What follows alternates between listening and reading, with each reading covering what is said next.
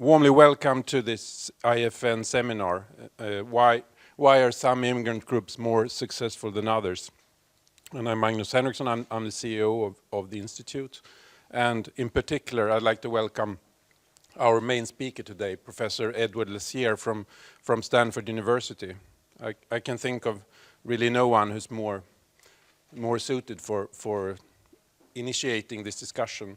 Edward Lazear, he initiated or started himself the research field personnel economics, and has actually started, the first publication was your Wicksell lecture, I think from 1993 here in Stockholm, right? Yeah. 1995, yeah. So anyway, it's up and running, and you have looked into these issues in detail based on US data, but also we have provided you with Swedish data now, so for a comparison, you're going to talk about that.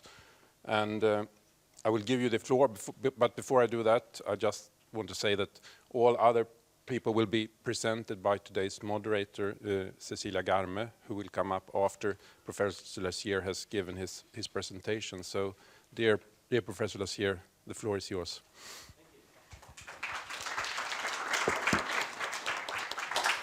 Great. Well, thank you very much. It's always a pleasure to be here. I'm a frequent visitor to Sweden and certainly to the IFN. I know Magnus very well. We've become friends, and again, I was very delighted to get the invitation from Lars to come and speak to you. So again, thanks. This is a topic, of course, that it raises a lot of emotion in people, and what I'm going to do is I'll try to bore you, actually. I'm going to try to avoid doing that. I want to talk primarily about data and facts, and I'm honored to have distinguished people from the government on both sides of the government here, talking about the politics of it, and so I'll probably defer most of the political issues to them. But I think the discussion that I'm going to go through for the next few minutes will at least be informative in terms of the kinds of things that are important in Sweden. As Magnus said, I'm going to primarily focus on data from the United States, but I've also looked at the data from Sweden, and again, thanks to Lars and his assistant Charlotta for making that available to me. And the one thing that I would say was encouraging to me is that despite the fact that rules for immigration, the policies for immigration are quite different across the two countries, the results that I'm going to talk about today seem to be quite robust across the two countries, and in that sense, I found that reassuring, at least from an academic point of view. So, all right, so let me get started. I want to basically make 3 points today. The title of my talk on why are some immigrant groups more successful than others is a bit more narrow than what I have in mind today. I'm going to talk about that, certainly. That'll be the third topic that I talk about. But before we get there, I want to give you a little bit of more general background on some other issues. So I'm going to cover, as I said, 3 issues. The first one I'm going to talk about is something that I actually spoke about at IFN last year, and that is the relationship between demographics and business formation. And the reason that's relevant is that what I'm going to show you is that immigration, of course, is an important factor in determining the demographic composition of a country. And so that's going to be the link there, and I'll walk you through that. That'll be my first. Second, I'm going to talk about assimilation, and again, this will be strictly using US data. I don't have any information on this from Sweden. But I think you'll find the results of that analysis informative and hopefully useful to the policy people who are here today in terms of thinking about some of these issues. And then third, I'll turn to the topic at hand, which is looking at the comparisons of attainment, and in particular, I'm going to focus primarily on educational attainment in the United States and then a little bit on Sweden.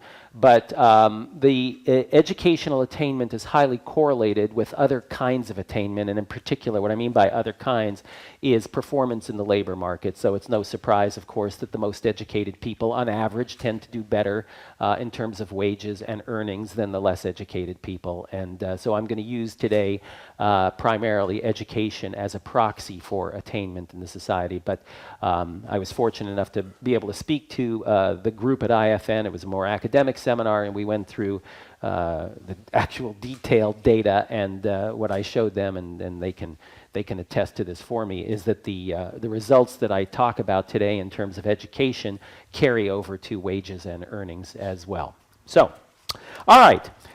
So that said, let me start out with just a couple of general points, things that you know quite well.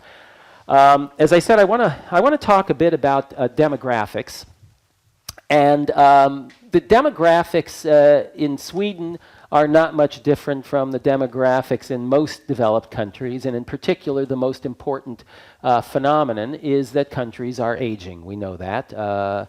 Sweden actually is not as bad as some of the other countries in terms of its rate of aging, but it certainly is aging.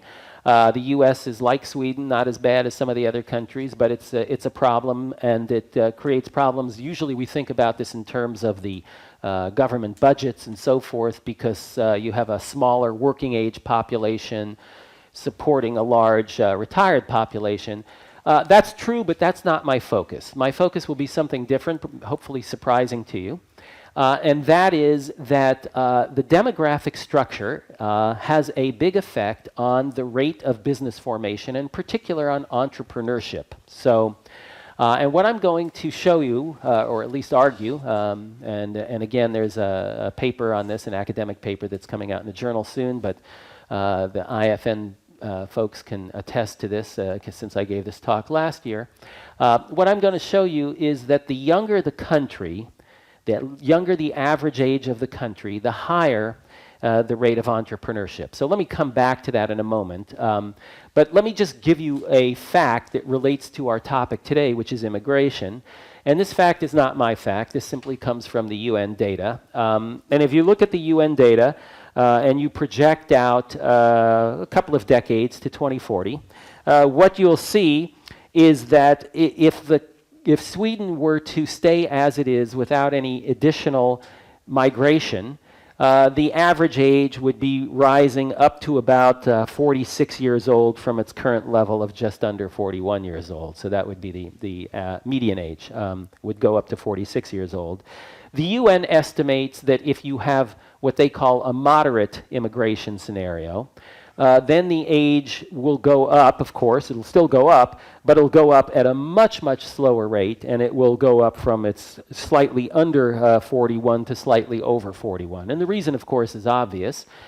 Immigrants tend to be younger than the native-born population, so if you're bringing in a large immigrant population, no matter where they're coming from, they tend to be younger people, and that tends to keep the average age of the population down. All right, so the question is, why should we care about that? Why should we care about the age of the population?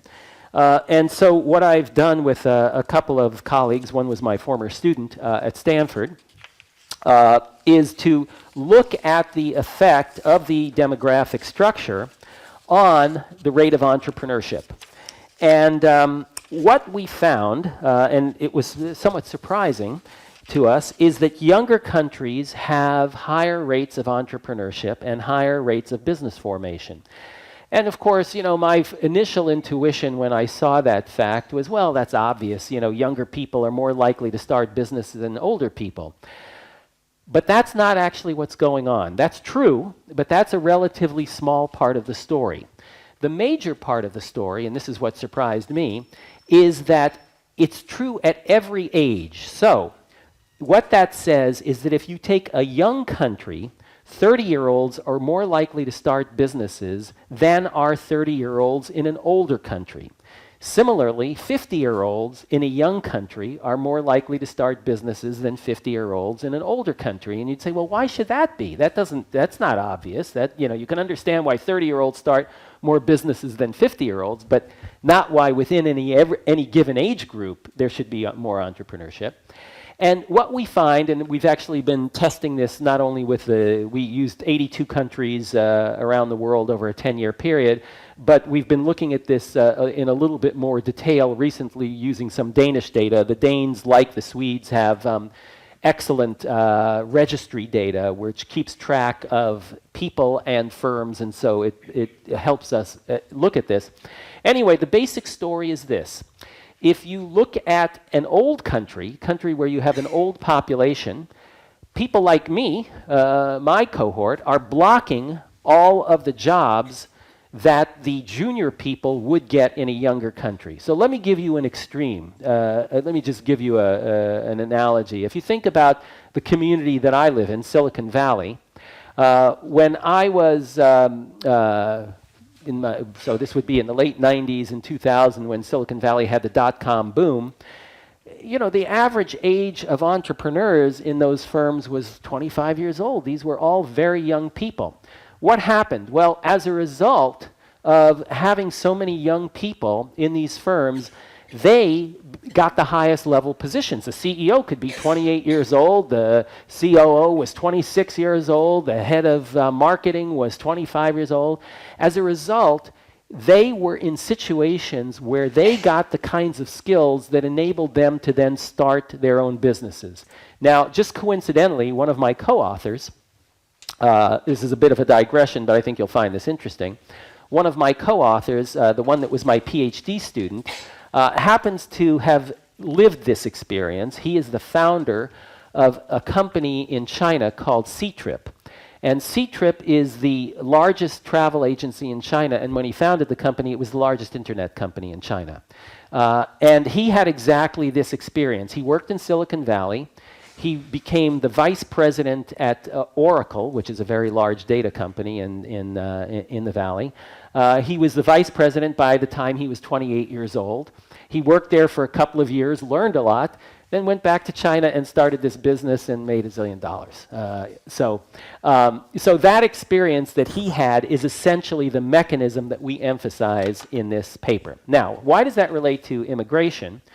Well, again, the reason it relates to immigration is that if you have an aging society and if your firms tend to be top-heavy as opposed to dominated by younger people, the older people are not likely to start businesses at the same rate, and so the young people don't get the opportunities, whereas if you have a very young society, then the young people are starting businesses, and that's particularly true, by the way, of immigrants, at least in the United States. I don't know what the experience is in Sweden, but in the US, almost every immigrant group tends to be more entrepreneurial than the native-born population. So again, if you're thinking about business formation, new businesses, and these can be very small businesses. An entrepreneur might be someone who starts a dry cleaning shop in a local mall, but it's still a business and it still helps grow the economy. So that's the basic point there. All right, that's point one. Let me turn now to a topic that's closer, again, to what we have in mind here, and that's the topic of assimilation. Now, assimilation is something that's tough to define, and as a social scientist, as an empirical economist, we have to find measures of what we would think of as being proxy or some kind of metric for assimilation. And the one that people like to use, and when I say people, sociologists, political scientists, economists as well, the one that seems to be the best proxy for assimilation is fluency in the country's language. So it's not a perfect proxy, of course. It doesn't measure all aspects of assimilation, but it tends to be correlated with assimilation. So the other good thing about it is it's measured. So we have it in the data. So what I'm going to tell you a little bit about is how the structure of communities affect the likelihood of becoming fluent in English. And again, I have no data on Sweden. This is completely specific to the United States. So here's what I found. This paper actually is something I published about 20 years ago, but I think it's still relevant. I went back and looked at it again in 2000 and then again in 2010, and all the results still hold. The patterns are still the same. What one finds is that more diverse communities tend to be associated with more rapid assimilation. So what do I mean by more diverse communities? Well, again, apologies, I keep talking about the US, but that's my frame of reference. Hopefully you can translate it into Swedish. But if I look at the United States, there are certain areas in the United States where you have very large groups of people from a particular country. For example, I taught at University of Chicago for half of my career, 20 years. University of Chicago is located in the second largest Polish city in the world, and that's Chicago. So there is no city that has more Polish people, Polish-speaking people, in the world than Chicago. Of course, you can go to certain areas of Chicago and you will see all the signs are in Polish and everybody speaking Polish. And what that means, of course, is that if you're a Polish speaker and you come directly from Poland, you can survive, you can do reasonably well. You're not going to obviously get the best jobs in the United States, but you can survive in those communities. Similarly, if you look at areas in California, where I'm from, my neighborhood has a very large Spanish-speaking population, primarily from Mexico and these days El Salvador is a large supplier of migrants to the United States, in particular to California and Texas would be the two major receiving states. And if you go to San Jose, which is only 20 miles down the road from my house, what you'll find are large enclaves of Spanish-speaking communities where you have a lot of new migrants, and those people come in, and again, it's mostly Spanish, and the signs are all in Spanish. All right, so what I did was I looked across different communities and across different language-speaking groups and native origin groups. And what I found was that in communities where you have a higher concentration of people who are from your native country, and when I say your native country, it could be Mexico, it could be El Salvador, it could be China, in the United States it could be Philippines, India, those are the major, the largest groups in the US are from those countries. What you tend to find is that those people are less likely to become fluent in English. And I'll give you some numbers, just to sort of give you a sense of how important this effect can be. So if you look at a community, and by the way, let me be a little careful here. So when I say community, we don't really have data on communities. We only have data on what is something like a county. And a county in the United States might be something like Stockholm, like the whole city of Stockholm might be one county. So it's a pretty good size area, but that means within that, of course, you can have neighborhoods that are very homogeneous even within this larger community. So I say that because when I give you the numbers, I want you to put it in that context. So again, if you look at a county where only 3% of the people in that county are from your native country, and when I say your native country, suppose you're from Mexico, and only 3% of the people in that county are also from Mexico, then your likelihood of becoming fluent in English is about 75%. Now let's suppose that you live in a county where 20% of the county is from your native country. So again, let's suppose, again, take Mexico, and suppose you're in a county where 20% are from Mexico. And that's, again, I'll give you an example. The county that I talked about before in San Jose is actually in a county called Santa Clara County. And of course, that's a big county, and it has people, from all over, and most of them native-born Americans, Californians. But because 20% of them are from Mexico, there are going to be neighborhoods that are primarily people who are of Mexican origin living in that community. And what we find there is that if you look in those communities, as opposed to having 75% fluency, you have about 40% fluency. So a very, very big difference, 40%. So almost half, almost half.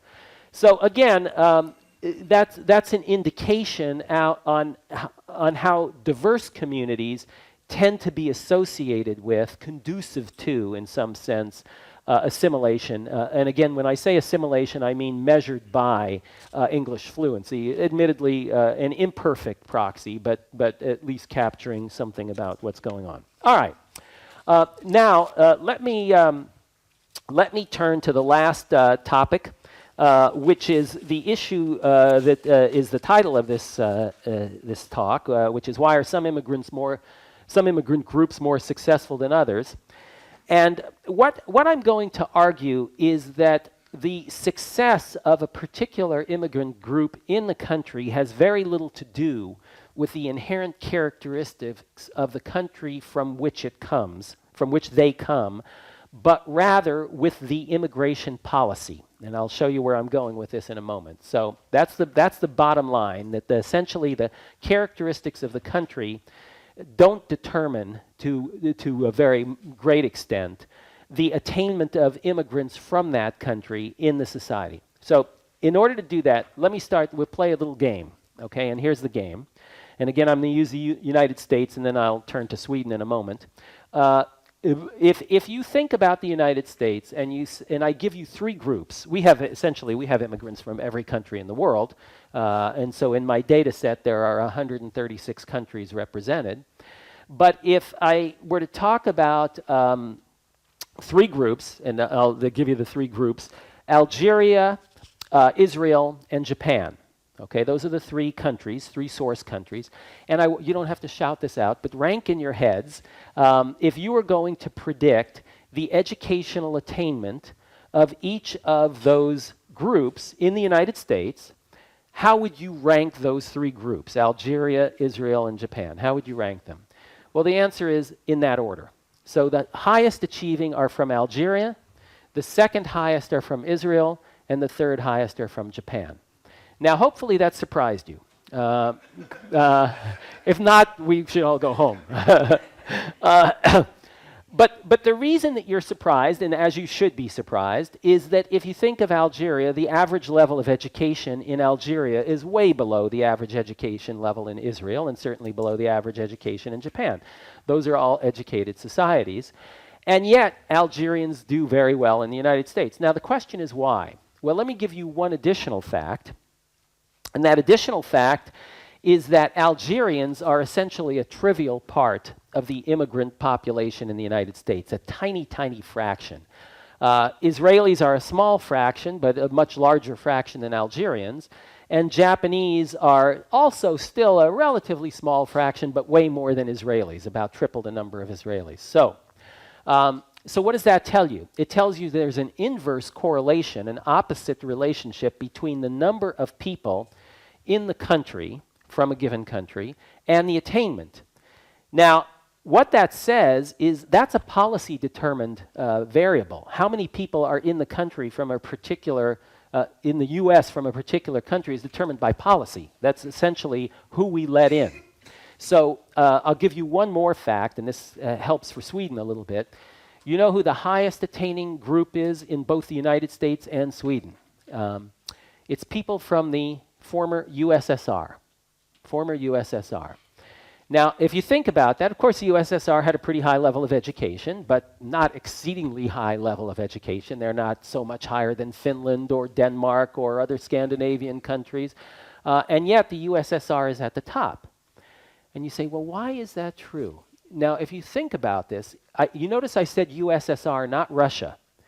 Well, it's important because USSR means that those people came primarily in the 80s.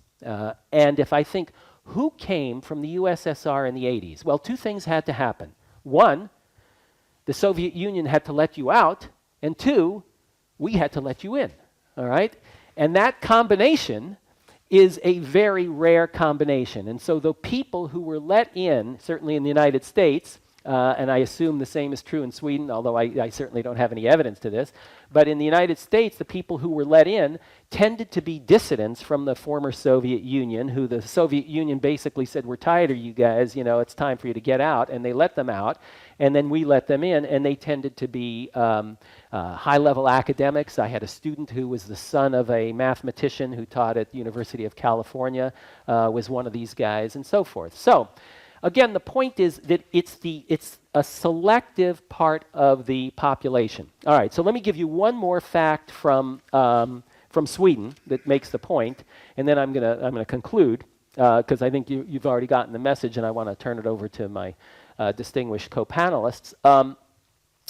If you look at Sweden and you look at people from Nigeria, it turns out those people from Nigeria who are currently in Sweden are in the top 25% of educational attainment. So Nigeria is one of the one of the top 25% countries in terms of educational attainment. What's also true? Well, what's also true is that Nigerians make up 0.3% of the immigrant pool in Sweden.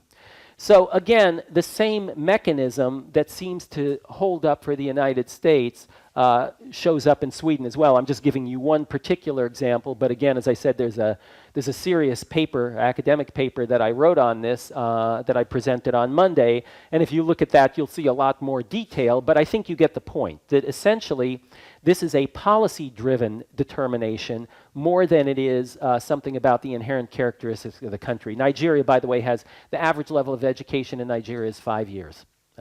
And yet, you know, of course, Sweden is well above that, and then you look at the attainment here, you see that it's one of the top. So obviously it has much more to do with selection than it has to do with the inherent characteristics of the country. Now the selection is policy, and of course, as I said, I'm honored to have policymakers here, and so they can certainly address the what they think are the relevant issues, but that's really that's what the data show, and the lessons that you draw from that, the inferences that you draw from that, of course, are up to you. So let me just conclude and just restate what I said. So my initial point was that immigration can offset demographic changes that might lead to slower business formation, slower rates of entrepreneurship. Second, assimilation, as measured by fluency in the language, in this case English fluency, tends to be facilitated by diverse communities. And then third, immigrants from underrepresented countries tend to have higher educational attainment than those from overrepresented countries. So let me stop there. Hopefully I've given you enough facts and interesting, I hope you find it interesting, data to think about, and you know, I hope it has some application to what is obviously a very important and serious issue in Sweden right now. So thanks very much. Yeah. Professor Lazear, this was a very interesting talk. I'm going to introduce the panel who's here to discuss with you. We have Paulina Neuding. She's a journalist and a lawyer. She's editor-in-chief of Kvartal. And former to that, she started NEO, right? Yes. We have Oscar. I was editor-in-chief of NEO. I didn't start. Oscar Nordström-Krantz. He's a professor of economics at the University of Uppsala. He was also heading the latest långtidsutredning. That's a comprehensive, forward-looking analysis of the Swedish economy that's carried out within the Ministry of Finance every 5 or 10 years or so, but academic in nature. We have Johan Forsell. He is a member of the Swedish Parliament for Moderaterna, and he's specialized in migration policy, and he sits on the committee and in the Riksdag that's working with those issues. And we have from the government Erik Nilsson. He's Secretary of State, which in Sweden means that you're a co-driver to one of the ministers. He's now with Anna Ekström at the Ministry of Education, and prior to that he was at the Ministry of Employment, where you were working with immigrant policy too. And Anna Ekström is responsible for adult training, among other things. So I just want to hear your first, from top of your mind, what are your reaction when you hear Professor Lazear? What do you say, Paulina? Well, my first question to you when we met at the coffee was, how did you get your hands on the data? Because this is so incredibly sensitive in Sweden, and I know that it's quite difficult for even for researchers to actually get the data. We've become used in Sweden to making big circles around this topic because it's so sensitive. It's surrounded by all these taboos, and so that was my first reaction. How did it even happen that this research came about? Yeah. Well, I'll just tell you the story again, and I hope I don't implicate my colleague Lars Axelheim, but I have no other recourse here but to name you. So the paper I wrote was completely on U.S. data. I hadn't used Swedish data, and then when I was invited to come give this talk, of course, you know, since it's in Sweden, people thought it would be more interesting if I had some Swedish data as well. So I was able to get that. It is apparent. I thought that data were actually available because it's the Swedish registry data, so I didn't think that data were particularly controversial. And I see Oscar, who's a great colleague of mine from way back. We wrote a book together many years ago, and he's nodding. So again, I'm going to defer to you in terms of whether those data are available. But I thought they were just publicly available data. So I don't think those data are particularly controversial. But again, I'll defer to you guys, and you can tell me whether I'm wrong on that. But Pauline, you want to stress the point that it's really difficult to get your hands on that kind of data?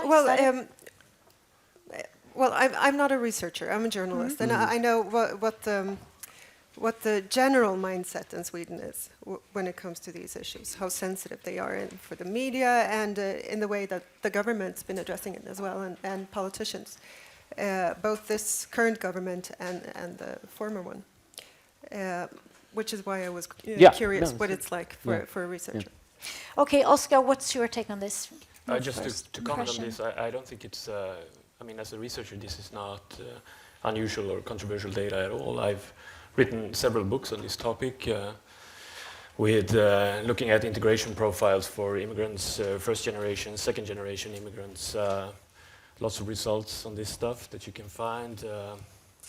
It's also discussed in the long-term survey, which is actually not the last one, but the one before. So if you're looking for my stuff, it's not, you should go to the right one. But there are lots of research being done on this, also published in the best international journals using Swedish data, looking at many of these aspects, the role of you discussed the role of the communities where you're placed. There's a lot of internationally influential papers written on this topic based on Swedish data, where I think the general result from the Swedish setting is that if you look at refugees who are placed, so they can't choose where to go, they seem to be doing much better if they're placed in an environment where others from the same group are doing well. So there's an issue whether how many they are, which I think is less conclusive in the Swedish setting. But if you're from Iraq and you're placed in an environment where other Iraqis are doing relatively well compared to how they're doing in other parts of Sweden, they're doing well. And that goes also for the kids and all these things. And there's loads of research on this. And I would actually say that as far as researcher access to this stuff, the claim that's been around that it is hard to get data on these things is just wrong. Okay. And I know that for a fact because I've been writing loads of papers and reports on this.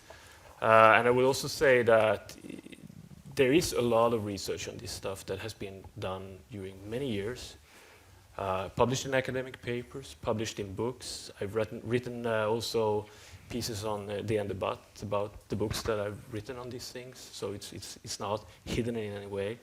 The stuff is there. You can look at it, it's well documented. So we can perhaps leave the discussion whether the data is controversial. The data is there. Yeah. The question is are there policy implications for the, to learn from the correlations that Lazear is showing? Yeah, well, I think the most important lesson from what he said what he started from. He said being boring, which obviously, for looking at facts, for me as an academic, that's not boring. That was fun. But I think also you can go very far when you look at these types of things by being, as you said, boring and looking at facts and thinking about stuff, because. I mean, to a large extent, I think the debate is too divisive and too emotional. There are a lot of preferences and things that are important, but also I think doing the kind of analysis that you discussed in the last part, thinking about how incentives generate, affect the behavior of immigrants and things like this, it's a powerful tool, and I think it's an important thing to be doing in general. And there are many important things to be discussed. How should the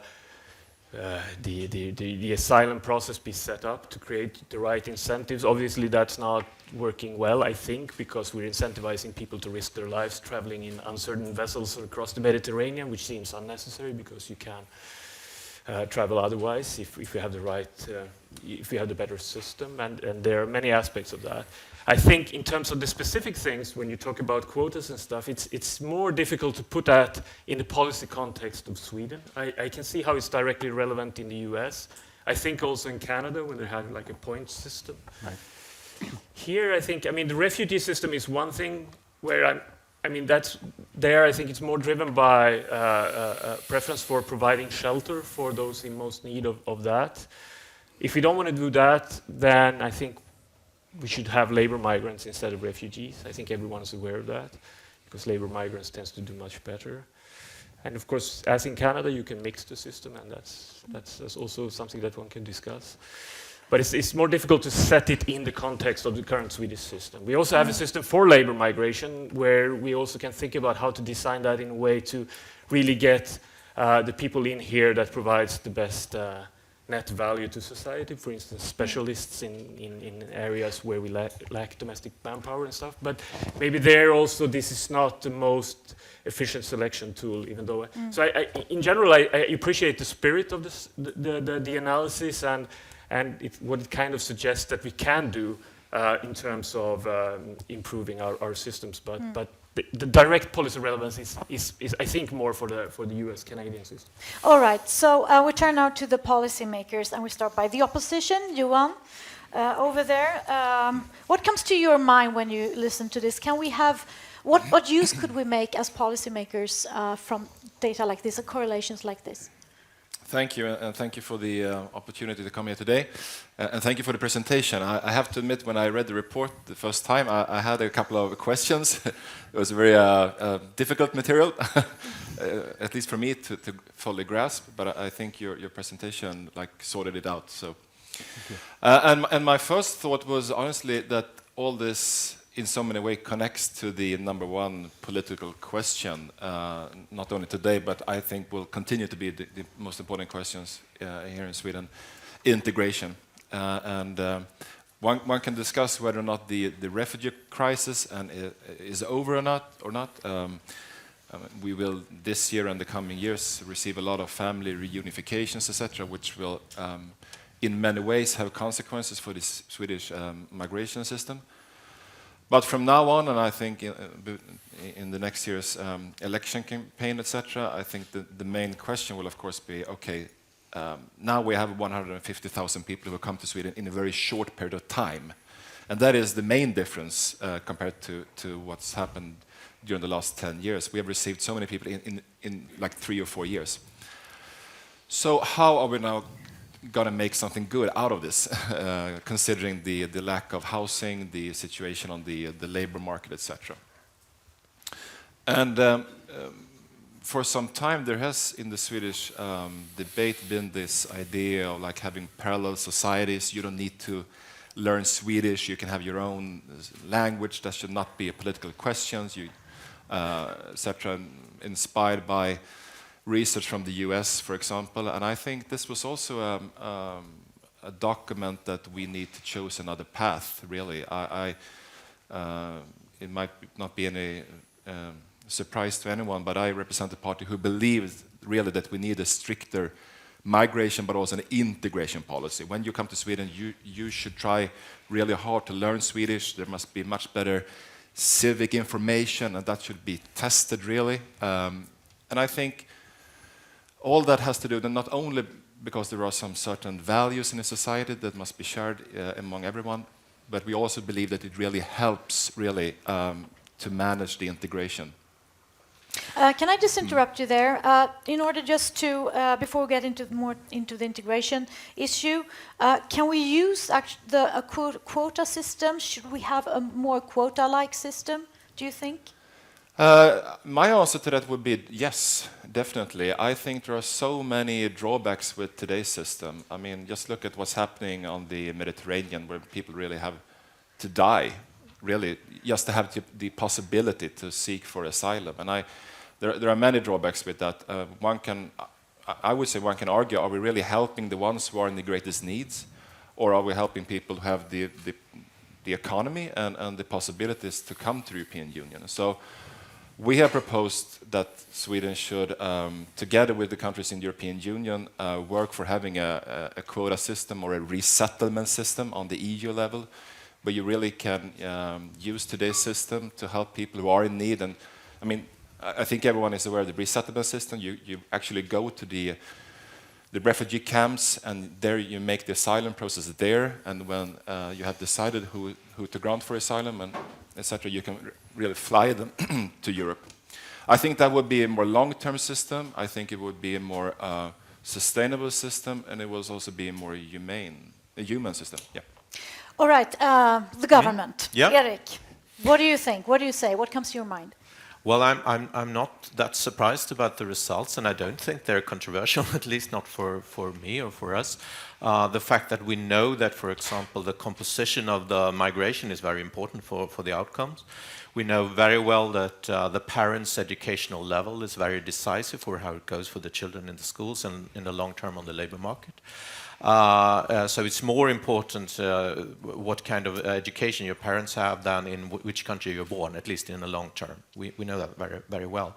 But then we have a quite different situation, as Johan said, since we have such a large proportion as refugees to Sweden and such a small labor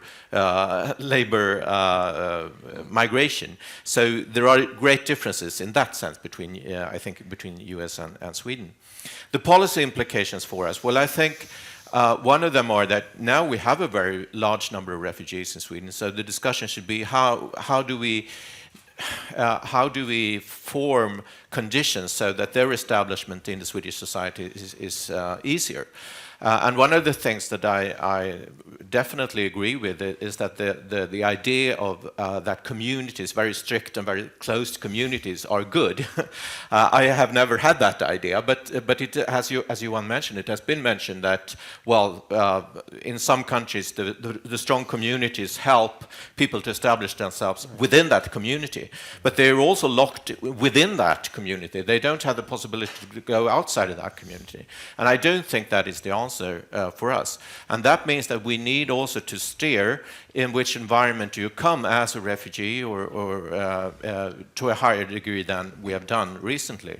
So we need to change the housing conditions and the very severe segregation that we have in the housing market in order to get these more diverse communities, as you mentioned. And that is a really big problem for us, since we don't have enough houses. We see that newly arrived immigrants that tend to live among their country, people from the same country, in very poor areas, especially around the big cities.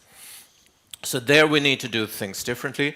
We also need to do things differently in the education policy area, where we have very strong mechanisms of segregation. Also, even if the basis is the housing segregation, we have further segregation when it comes to which schools people attend to. And we need to have a better mixture of children with different backgrounds. That will definitely help the establishment of newly arrived groups in Sweden. So I think some of the things, and the only thing I was surprised by was the clear result that the stronger you were in a community, the lesser your establishments in the new society was. And I think that is an important result for us to don't accept this idea that strong communities in that sense is good for establishments in society. I'm going to press you a little bit more, since I'm a journalist. The quotas. I mean, what Ed is showing is that if you have a lower number and you draw the immigrants from a large country, that increases the sannolikhet. Probability, yeah, that they will have good attainment. If that works sort of automatically, isn't that a policy tool we could use? Well, but the thing is, of course, that we have a refugee crisis. I mean, most of the migration to Sweden is depending on wars in different parts of the world. We can't say that, well, we'd like to have a quota from the US, because we don't have a war situation yet in US. So I mean, you should look at the political parties and fight them differently. We don't have really that opportunity when it comes to refugee migration. I mean, we have to address the fact, what kind of protection do they need regarding to the situation in their home country. When it comes to labor migration, and possibly I would say that this issue will become more and more important as we possibly, hopefully, have handled the acute refugee situation. I think we will have more of a discussion about labor migration, and then perhaps you can discuss what kind of criteria should you have for labor migration? But right now we don't have that situation. We don't have a choice to say, well, there are too many people from Syria or Ethiopia, because they are the ones who need the protection. Can What do I you- comment on that? Yeah, sure. Just a short comment. I agree with what State Secretary says here. Of course, we have the refugee crisis in Syria, and it's obvious to everyone. At the same time, it's also a fact that we have so many other crises and wars going on in many parts of the world. I visited personally a refugee camp in Rwanda last year with 55,000 refugees. And it was interesting in so many ways. One of the impressions that I got was that I haven't heard anyone in the Swedish political debate addressing the issue of tens of thousands of refugees in Rwanda, because they are not really on our horizon, because Syria is closer to us. So of course, it's a fact that Syria is where it is, and we should in many ways try to help all these people, but there are also a lot of other refugees in the world. So maybe with the quota system, I mean, one can argue should we have quota X or Y or Z, but I think it would provide us with tools, really, to have another composition of the refugees that we are receiving to Sweden. Erik? Yes, well, I agree with you that it would be. I would also wish that we have an international system that would work, that we would actually take the refugees that have the hardest situation. But as you know, it's a very small part of the refugees that come to Sweden are on UN quota refugees. But when we talk about your research, it has to do with the strength or the resources of the people that migrate to the country. And if the more we have a quota system in the way that you propose here for refugees, they will probably be less resourceful than the ones who manage to get to Sweden to be asylum seekers. So in that sense, that's not the solution to the problem, if I may put it like that. But what you're suggesting is the quota system on a labor market migration, where you can sort of pick the ones that have the better education or the strongest resource from their background. So there are two very different sorts of quota that we are discussing now. One is to be able to have protection for the ones who really need the protection the most, but that is not necessarily the ones that will do best in your research, rather on the contrary, I think. So would you comment on that? Yeah, let me first come back and agree with Oscar's point that you made at the very beginning in terms of the relevance to the different countries. We don't have a quota system per se. We don't have explicit quotas. We used to. That changed in 1965. But we do have an implicit quota system, because primarily the way it works in the United States is 60 to 70% of our immigrants in any particular year come in on the basis of family reunification. So what that means, of course, is that it's very difficult to get in from a country where there are not already a lot of residents from that country currently in the United States, whereas if you're from a country like El Salvador, for example, I gave you an example, we have almost a sixth of the country in the U.S., so almost everybody in El Salvador is going to have a relative in the United States. Now, you talked about quotas, and I really don't want to talk so much about quotas per se, except to say that the way I think about this is, my research is not on quotas, my research is on the number coming in.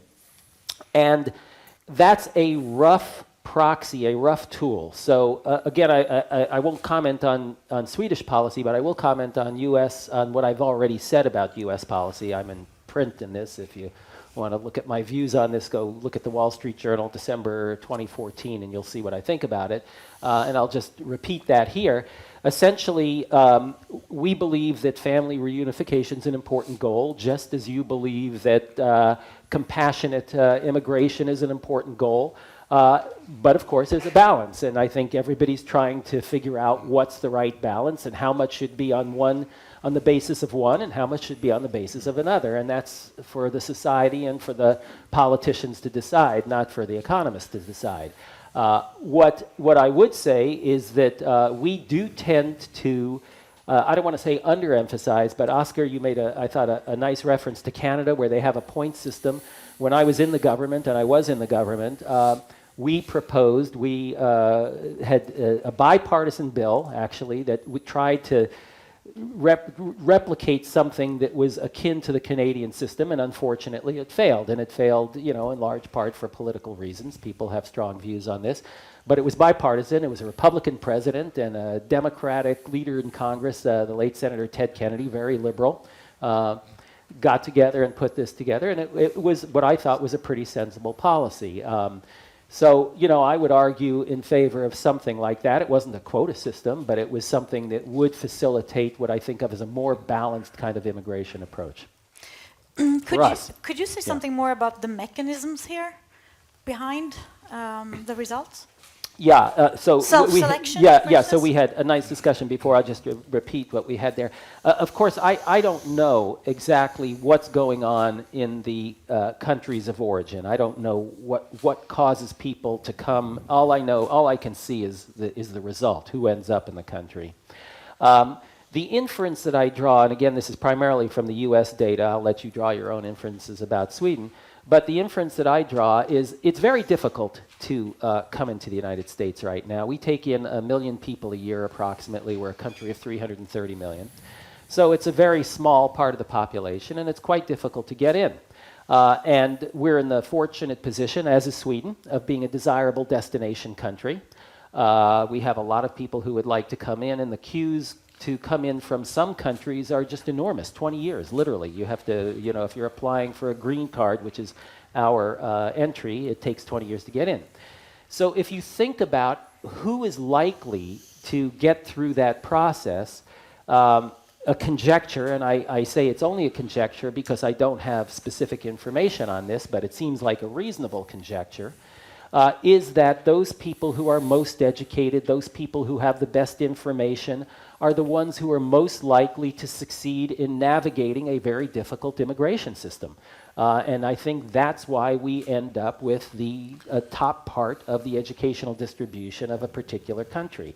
So that is in some sense self-selection, but it's self-selection coupled with the fact that we limit immigration. If it weren't limited, you wouldn't have that result.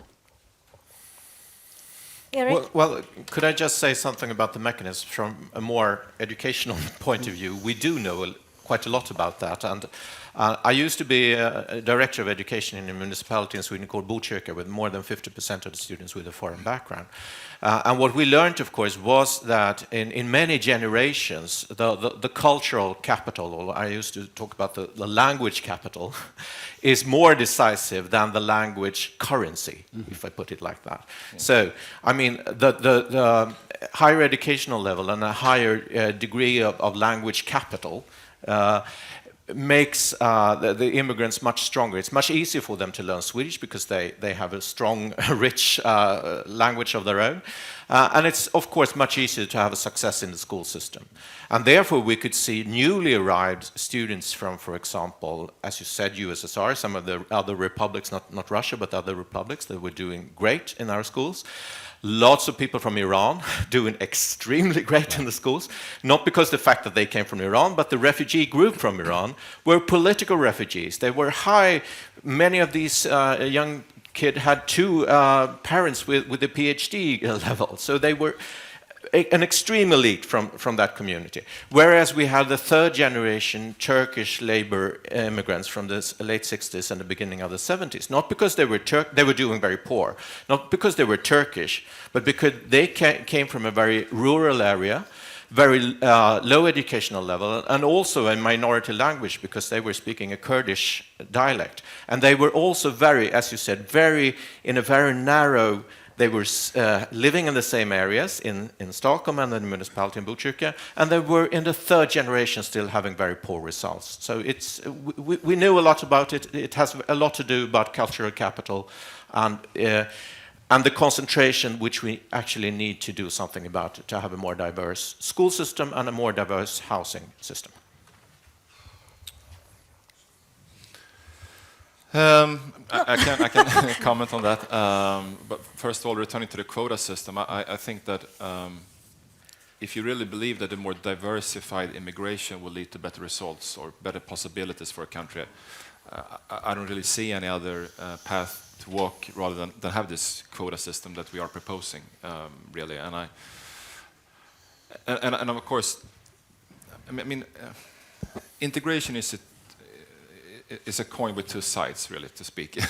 I don't know if that's an English phrase, but it's a Swedish phrase at least. And I mean, there are so many positive examples, really, and I think everyone can talk about those. At the same time, I think it's important to realize really the challenges that we have in front of us. The latest research I saw was that in Sweden, for newcomers, it will in general take after 9 years, roughly 50% will have a work to go to. By work, I mean working 1 single hour a week. And that was before the refugee crisis. So we are facing a lot of very, very tough problems and challenges here. And I think we can be inspired by the research that has been presented here. I believe we need a more diversified approach also when people come to Sweden, really. But there are also so many other things. For example, as I mentioned before, the civic information, a more strict integration policy, leaving this idea that when you come to Sweden, the state should take care of you, really, and we will provide you with all these benefits, etc. And rather have an idea of, okay, welcome to Sweden, it's a beautiful country, but it's up to you, really. And we will provide you with a set of tools, but no one else is going to do it except for you. And just let me mention another fact, the wages and the benefit system. I mean,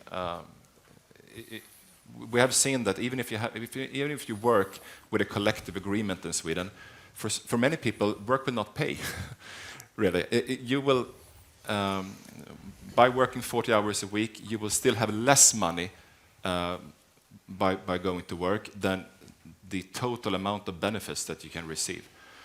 So I think this discussion is very important, but there are also so many other things, really, that we need to take care of if we are serious with really fixing the integration problem that we see in Sweden, because we have those systems. Now we have this great economic boom, and it's beautiful, and very strong GDP growth, etc. But we also know that after a boom, there will be a recession. It's not about if, it's about when that comes. And if you add a future recession to the integration challenge that we've seen, I think really now is the time to take action. Talking about quotas, last week Joachim Röst, who is another Swedish economist, and he's been talking about this for a long time, he's saying that the right to asylum doesn't really work. We don't really make people come, and so a quota system that was strict would actually make us more generous, is what he's saying. What do you think about that, Paulina? Definitely, it would be a more humanitarian system, because what we're doing now, we have this growing population of people in Sweden who have gotten deeply in debt to come here, who have, like you said, traveled across the Mediterranean in unsafe ways. They have friends or family who have died on the way. And we have this growing population of people who have all made this journey to Sweden. And do we think that in 10 years from now, will they thank us for it, or will there be growing resentment against us? So, I mean, this is a social bomb, I think, that we are forcing people to travel this way to Sweden. Do you think, like Joachim Röst, that quotas would be the definitely. solution? And I mean, just look at the selections. So the people coming to Sweden now are mainly young, able men. So we're not saving the ones in most need. That's just part of our Swedish chauvinism, the idea of us as a humanitarian superpower, as we like to say. It's not true. Eric, the government is actually increasing the number of the quota refugees to 5,000 next year. Does that mean you start liking quotas more? No, I think we like a quota. We would like to have an international migration system where we could take more into account the real needs of the people, and closer to the crisis, to have the possibility to, in a refugee camp close to Syria, for example, have the possibility. But it's very hard, as you know, in the EU we're getting nowhere with the negotiations to have some kind of quota system between the European countries. My point previously was that if you look at your research when it comes to success for immigrants, I don't think that we would expect that a quota system where we have more people, it is true, as you said, it is the more resourceful people that come to seek asylum to Sweden, because you need a lot of entrepreneurship, you need money in order to get to Sweden. That is quite true. But if our ambition is to have a better sort of composition so that immigrants are doing better in Sweden, quotas from international conflicts, refugees, will not help that. I think it's a good idea because it will make us protect the people that need the protection the most. But in relation to the ambition to have better success, I'm very doubtful if we will get better results. It's not. The other thing is, of course, if people get to Sweden, should we have the right to seek asylum in that country? And that is, I think, for me, and it is all the international conventions, an important right to have the possibility to seek asylum if you get into a country or into the country's borders. But to have a system with more of quota would be very good, but right now we see very little possibilities to get the international agreements that we need to, in order to establish such a system. Do you think people would come anyway, even if we had a quota system? Well, of course, that depends on, I mean, how the agreement between EU and Turkey, for example, is very decisive when it comes to will people be able to to come here. But of course, there would be people would try to get to Sweden, for example, even if there was a quota system. Absolutely. Johan, I know you've been listening to Macron and Merkel about this. Yes. What do you see happening? Well, in a way, I'm positive on the outlooks of establishing a quota system. I think it's a question about time, really. Let me first say that according to the Geneva Convention, it's okay if you send someone back to a safe zone and make the asylum process there, really. So having the system that I propose would not be a breach of the Geneva Convention. In fact, it would be in line with what the European Union is already doing by the agreement with Turkey. If you come to, as you all know, to Greece, you will be sent back to a safe zone in Turkey, and there the application process will begin. But it's no breach to the Geneva Convention. I think that's very important to underline here. And there was a meeting a couple of months ago between the German Chancellor and the French President, and when I read the document afterwards, they were in fact describing this quota system. So, at least to me, it means something is that if the two biggest countries in the European Union and one Social Democrat and one Christian Democrat can agree on something, I think it will eventually happen.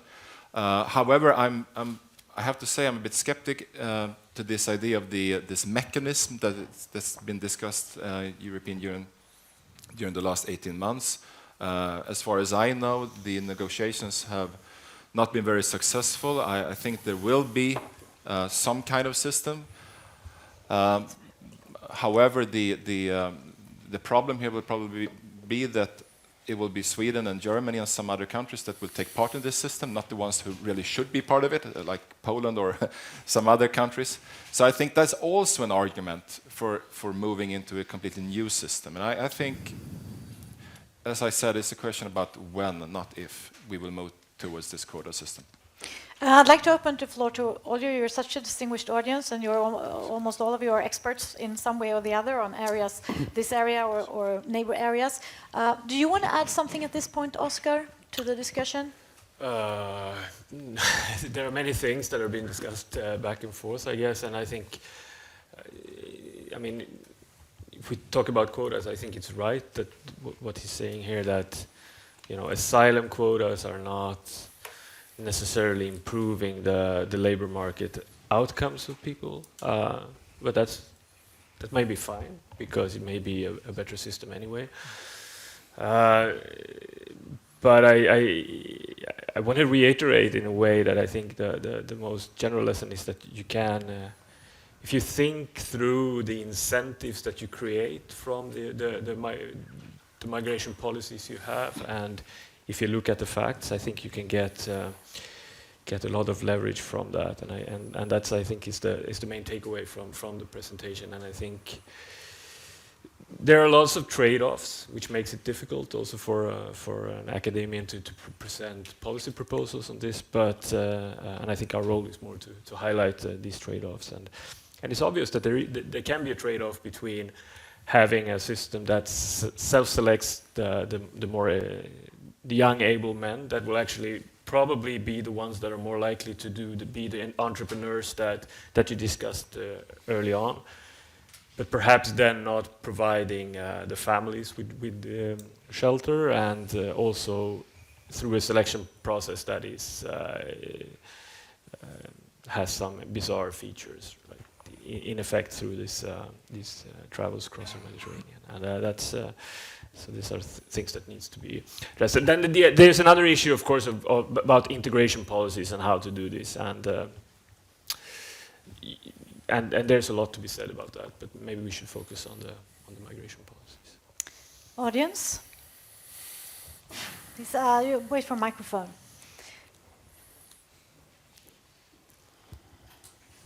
Hi, I'm Petri Rovinen from ETLA, counterpart of IFN in Finland. The panel has really touched upon the two latter points of Professor Lazear, but the first point, immigrants and business formation, has not been discussed. And in Finland, I happen to know the Finland data on this. 40% of immigrants from Turkey are entrepreneurs, whereas only 2% of people from Somalia are entrepreneurs. So these two comes to the countries and selection, but indeed, any thoughts on the business formation and immigration? Before you answer, we can have some more, so we can take them together. Yes? I'm Hubert from the Linnaeus University in Sweden. I have a very brief question, maybe particularly Dr. Lazear. Could you add, do you have any result or something to add from a gender perspective? Okay, yeah. Magnus?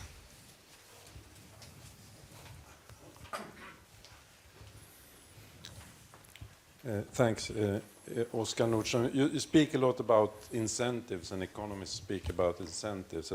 Sometimes you get the impression that sounds good, just incentives, sounds very neutral, but in fact we have a culture where we don't like to say that incentives are important, and now they are getting extremely important, and that's going to be very difficult for us. Let me give an example. Portugal is one of the closest countries if you have to cross the Mediterranean.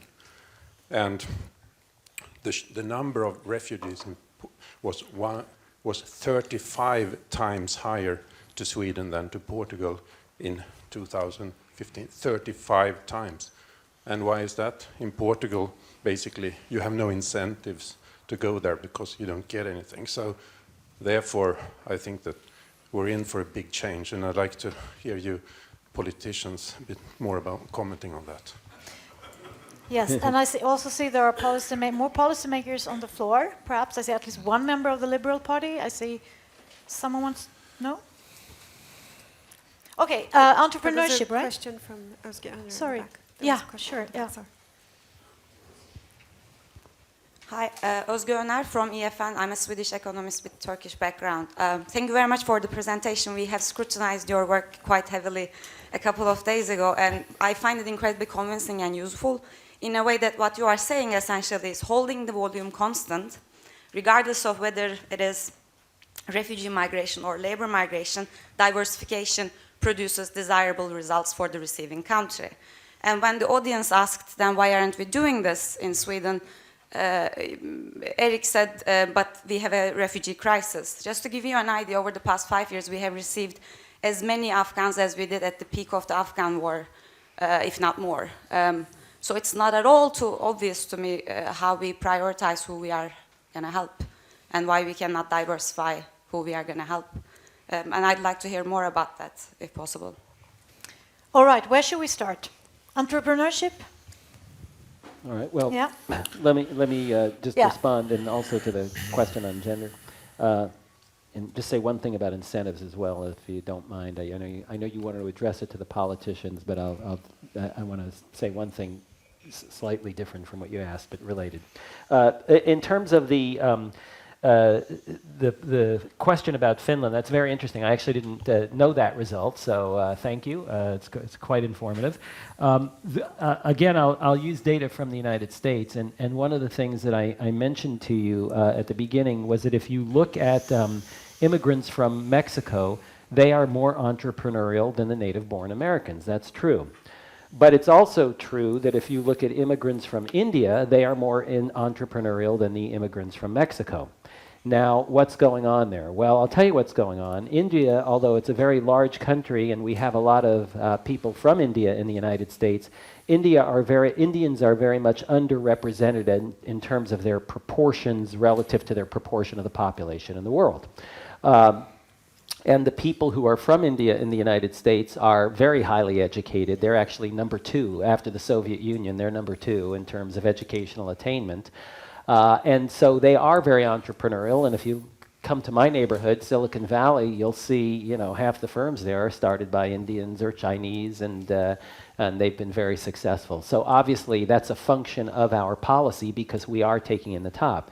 Now, when I said the Indians are more entrepreneurial and more highly educated than the Mexicans, I want to point out Mexico has twice the average level of education as India. Okay, so that's an important thing to remember. It's not like, Mexico is a less educated country than India. In fact, it's quite the reverse.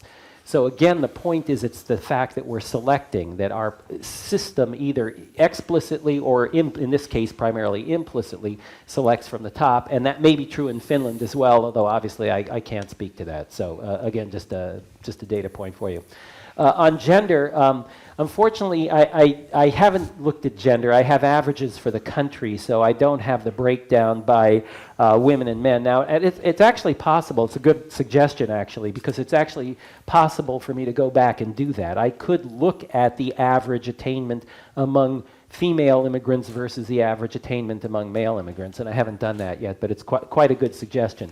The one thing that I will say on gender that I do know about with respect to entrepreneurship, and this has nothing to do with immigration, again, it has to do with some work I did about 10 years ago, but I looked at data actually from my university, from Stanford, and we have very good data on those who graduated from Stanford and what they went on to do. And what we know is that although the women at Stanford are extremely successful, in fact, at Stanford, the performance among the female population is actually better than among the male population if you just look at grades and so forth.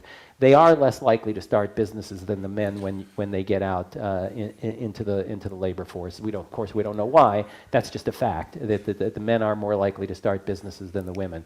And that may be true as an historical fact and less true now, because I certainly know that among the modern cohorts, when I'm teaching students, we have about 40% female now in our MBA class, and those women are highly entrepreneurial, and many of them talk about starting businesses. So we'll see how this evolves over time. Again, this is data that comes from the past. So that's about what I can say on that.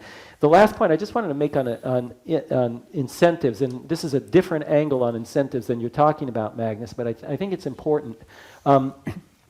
When I talked about the English fluency and the assimilation, becoming part of the community, I always thought of that as essentially an incentive problem. And the reason I thought of it as an incentive problem is that if I'm in a community, like take Chicago again, where we have a very large Polish community, if I'm in a community where I have kind of a backstop, I have a fallback position, my incentives to go out and to learn the language are somewhat smaller because I'm not as insecure if I fail.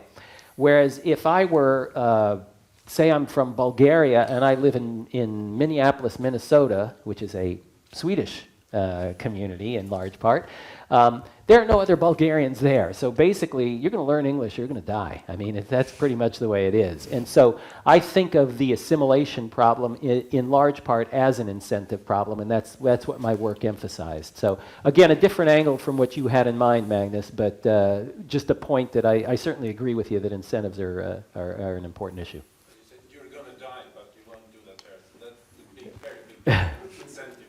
Yeah. Yeah, well, we actually, and our for good or bad, you know, our system is quite different. In fact, we preclude new immigrants from receiving welfare for 5 years. So, yeah. And over there, you were talking about pull factors, not exactly is incentives, but pull factors, right? Somebody was talking. Right, yeah. Could you say once more what you were asking? What I was saying initially is that the model Professor Lazear proposes doesn't really deal so much about the nature of the migration, as in whether it's refugee migration or labor migration doesn't matter so much. Holding the volume constant, if you diversify who you are taking in, you increase the education quality of the people. So that's quite robust when you compare the results from US to Sweden, for example. And when the audience asked, so why aren't we, or when the question came up that why aren't we then diversifying who we are helping, Eric said, because there's a refugee crisis, right? But during the Syrian war, we have received more Afghans than we have received at the peak of the Afghan war. So it's not that obvious to the general public who we are helping and why we are helping, really. You want to comment on that? I want to hear more. Oscar? All right, Eric? No, but of course it's true that we have different waves of migration, and that also depends on that there are, for example, if we know there is a big diaspora in Sweden from a certain country, we tend to have more refugees from that country. That is true. And of course, if you were a refugee and you looked at Europe, would you look at the relatively rich and generous welfare states in the north of Europe, or would you look at Portugal and Spain? I would do exactly the same. But I'm not sure if Magnus's or your question would suggest that we would have a system where we would have no support for refugees coming to Sweden, because I would say that would make the integration worse. It doesn't work well in Spain or Italy. We have lots of illegal migrants in Spain. They are living under worthless conditions, terrible conditions.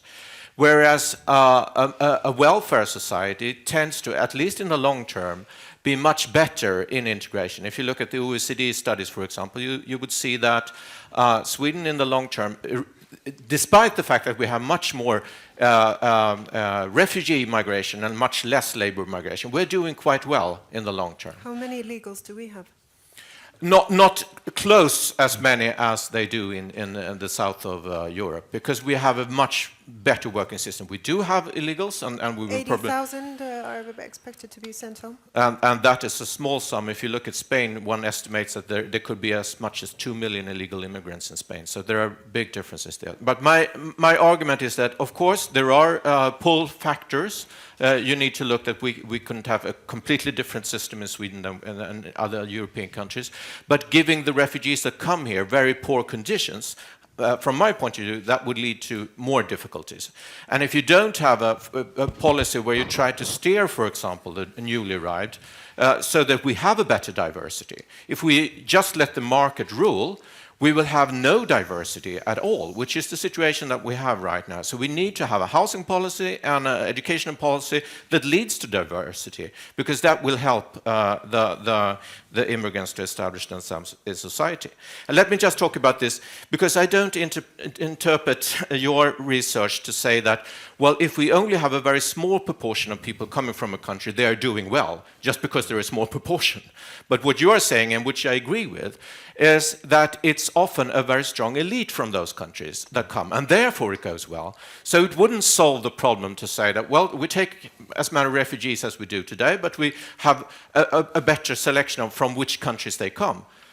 The decisive for how it goes for them in the Swedish society is probably the kind of resources that they have, educational and other resources. So, but I do believe that it has a meaning if we need to have policies that don't forces the individual to be in their own community. That is why it's very important to have a welfare society, so that they can go outside of their community.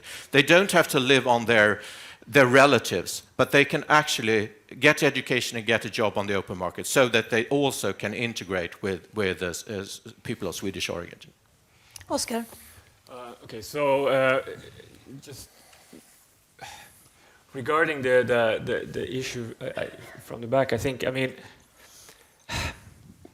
one has to think about, before we start thinking about exactly should we try, to diversify which ones we accept or not. I mean, to do that, first we have to decide on what are the principles for who we want to admit, and then we can decide on the tools to do that. So if we decide that we want to think about this in a mixed system where we take into account both the need for shelter and the labor market prospects, for instance, like they do in Canada with the point system, I think, I'm not an expert on that. Then we can do that, and then we can start thinking about whether we want to diversify things. That's not part of, I think, the way we set up the system at the moment, where we just focus on, the need for shelter given that they are seeking asylum. Okay, so it's a different principle. So it's obvious with that we cannot. If we change the principle, which that's fine, it's a decision, then we can start changing the tools. But if we retain the principle, that's another thing. And then when it comes to incentives, I completely disagree with the notion that it's sensitive somehow to talk about incentives. I think the whole idea of saying that this or that is sensitive before you say what you have to say is just distorting the debate. Nothing is sensitive. We talk about incentives all the time. It's nothing strange. And there are two sets of incentives that you can think about in this setting. So one is where people choose to go based on the migration policies. If Finland are make a different assessment of the need for shelter for Iraqi immigrants, and Sweden make that is more lenient, and Sweden makes a more lenient assessment of whether we should accept Afghan minors or not, then Finland's going to receive many more Iraqi immigrants, and we're going to receive many more Afghan minors. That I think is obvious, and I think that's pretty much what we see. And this also affects, of course, the general flow of people going to one country or the other. It depends on what they expect to see there. I don't think that's a controversial statement. It's a fact. We can see it affects the migration flows, right? So that's going to be part of we're going to get the groups that expect that they have a better outcomes if they come here. It's also going to be affected by the nature of their information. That's going to be affected by previous flows. So because there's sort of a network effect to this. There's nothing strange about that. That's there. The other part of incentives has to do with what they receive apart from the right to stay. That's I think it's a more open issue of how important that is for the flows. But there, surely, it's going to matter both what the labor market prospects are and what the social support system will give them. I actually disagree in terms of the incentives for work. If you come to Sweden, there's been a huge change over the last few years, where wages have evolved tremendously in comparison to what the social support system gives you. So some of the problems that were really pertinent in the past when it comes to the incentives to work have become much smaller, at least. If you don't have very many kids, it pays off to work, at least if you get a full-time job. So it's actually on that part, incentives looks much better. Okay, I say this. I don't think anyone is shocked. I mean, you hear this all the time. This is stuff we discuss. Incentives are there. It's not sensitive. Johan. Well, you disagree with me, so I can disagree with you then. I think, of course, you're right with the fact that it might not be a very sensitive thing today, but it has been sensitive, at least in the political debate. And I think it would have been a good thing for Sweden as a nation, and if we had this more open discussion a couple of years ago, before the refugee crisis, then we would not be in the situation that we are in today. But okay, it's a good thing we have this open discussion now. And of course, it's interesting to compare Sweden to Portugal, but you can also compare Sweden with many other countries, really, with France or Germany, that are very also very well-developed countries. And let me first say that no matter where in Europe you go, if you are from Syria or from any other war zone, you will receive asylum. Really, there's no difference there. People from Syria will receive asylum everywhere. So there must be other things here to look at. And it was mentioned before, if you have family somewhere, of course that's a great incentive for you to also go to that country. But then there are other things. And I think one of the things where Sweden has been an outlier is the fact that we have given permanent permits to everyone, really. And that has been very unusual within the European Union. And that has changed now with this temporary legislation that we have. We now give temporary permits like most other countries. I believe that the combination of the composition of the labor market today, high taxes and high benefits, will have or has today very negative consequences for the possibilities for people who come to Sweden. They might not speak Swedish, they don't have this educational background, really to find work. And if you say that it's become better, I'm very thankful for that, but I don't think we're not there yet, really. The thing is that it's also a fact that many people who come here, they have a lot of children, and that's a great thing in many ways. I have 3 children myself. But it is a problem when you add up the total amount of benefits, if that leads to the fact that work will not pay. I can't really see how we're going to manage the integration with that kind of system. And it is a problem today, believe me. But let me also, to sum up, say that I believe that there are also other types of incentives. For example, citizenship. To me, that could at least be a very strong incentive to learn Swedish, etc. And when I look at this today, I haven't found any other country within the European Union where you can become a citizen without any formal demands, really, that you need to speak at least some Swedish or some of the language in that country.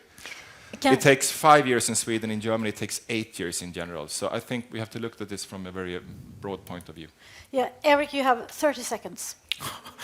Yeah. Okay. I really wanted to say something there. We know pretty well what is important for establishment in the labor market and not. And we can say education. The second one is gender. We have big differences between men and women, and that is a problem. We need to focus on foreign-born and refugees women. The third, which labor market region do you come to? We have much better results, for example, in the Stockholm region than we have in other parts. So therefore, we need to steer the refugees to areas where we have a good labor market. And the fourth one is actually the quality of the introductory program. What kind of content do you have in the introductory program? And that differs a lot between different PES offices that we have in the system. So those are factors that we need to work on. I think very few of the people don't want to work, but we need to have the bridge over to the Swedish labor market. And these factors that I mentioned are extremely important. Okay, the very last question for you. I was watching an interview with you by Kevin Murphy on the Becker Friedman Institute YouTube channel.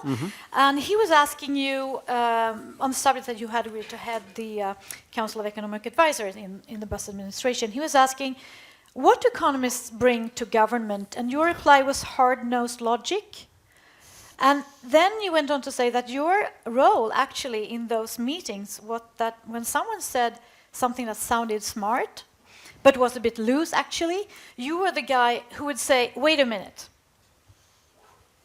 So, do you have a wait a minute for what we have been talking about here? I don't think I have a wait a minute. I think I must say I agree with, certainly I agree with Oscar and his view on what it is that we do, and I think what I said to Kevin, I didn't actually remember the interview until you reminded me, is exactly right. You can use these data, and people will use these data to support their positions, and they can interpret them in various ways. That's always the case. There's no fact that can't be interpreted in a variety of different ways, and I'm sure that different people will read this in different ways. I think that the wait a minute here, to the extent that there is one, is that you really need to think hard. You know, when you're doing policy, you need to think hard. You need to look at examples of other countries that have been through these sorts of situations. And I'll give you one. This is not really a wait a minute, and it's almost a digression. But another country that had a massive wave of refugee immigration was Israel, and it was in the early 1990s.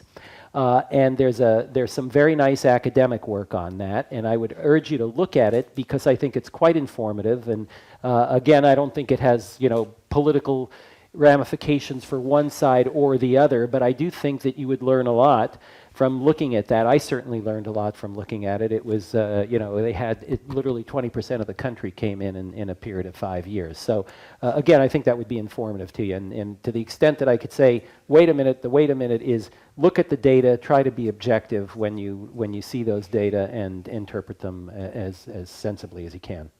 That would be it. Thank you very much. That's all for today. Tack, Lazear.